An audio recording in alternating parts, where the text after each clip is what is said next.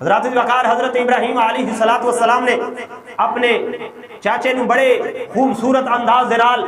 بڑے دھیمے اور نرم لہجے دے نال سمجھان دی کوشش کی تھی، لیکن او کی اگو کہندا اراغب انت ان الہتی یا ابراہیم، اے ابراہیم تو میرے خداواں تو روح گردانی پیا کرنا ہے، لئن لم تنتہی لارجمنک واہجرنی ملیا، اگر تو باز نہ آیا میں تینوں سنسار کر دیواں، اپنے آپ تو دور کر دیواں گا۔ لیکن حضرت ابراہیم علیہ السلام پھر پہ فرماندے نے اے چچا باز آ جا، سلام علیکا، میں اپنے رب کو دعا کراں گا تیرے تے سلامتی دی، ساستغفر لک، میں دعا کراں گا میرا رب تیری بخشش کر دے گا، انہو کان بی حفیا، میرا رب میرے نال بڑا ہی رحم کرنے والا ہے۔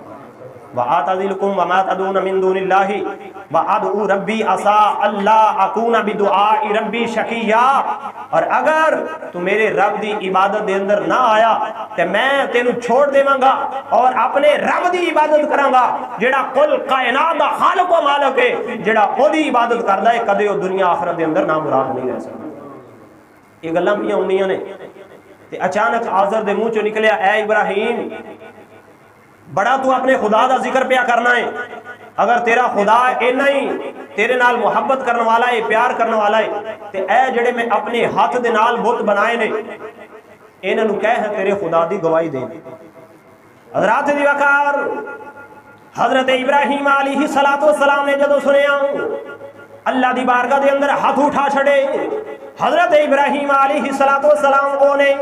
میں پہلے عرض کر چکے ہیں کہ آپ نو اللہ نے مستجاب الدعوات مقام عطا فرمایا ہے، آپ جیڑی بھی دعا رب دی بارگاہ دے اندر کر دینے میرا رب اسے ویلے اس دعا نو قبول فرما لیندا ہے۔ ادھر جناب ابراہیم علیہ السلام نے اللہ دی بارگاہ دے اندر ہاتھ اٹھائے، مولا اے تیری توحید دا مسئلہ آ گیا ہے، اے میری رسالت نبوت دا مسئلہ آ گیا ہے، اے جڑے بوتے نہ بنائے ہوئے کدی بولے نہیں، اج میں تیری بارگاہ دے اندر دعا کرنا وا انہاں نوں زبان عطا کر دے۔ جناب ابراہیم علیہ السلام نے الفاظ اپنی زبان چو ادا کیتے نے،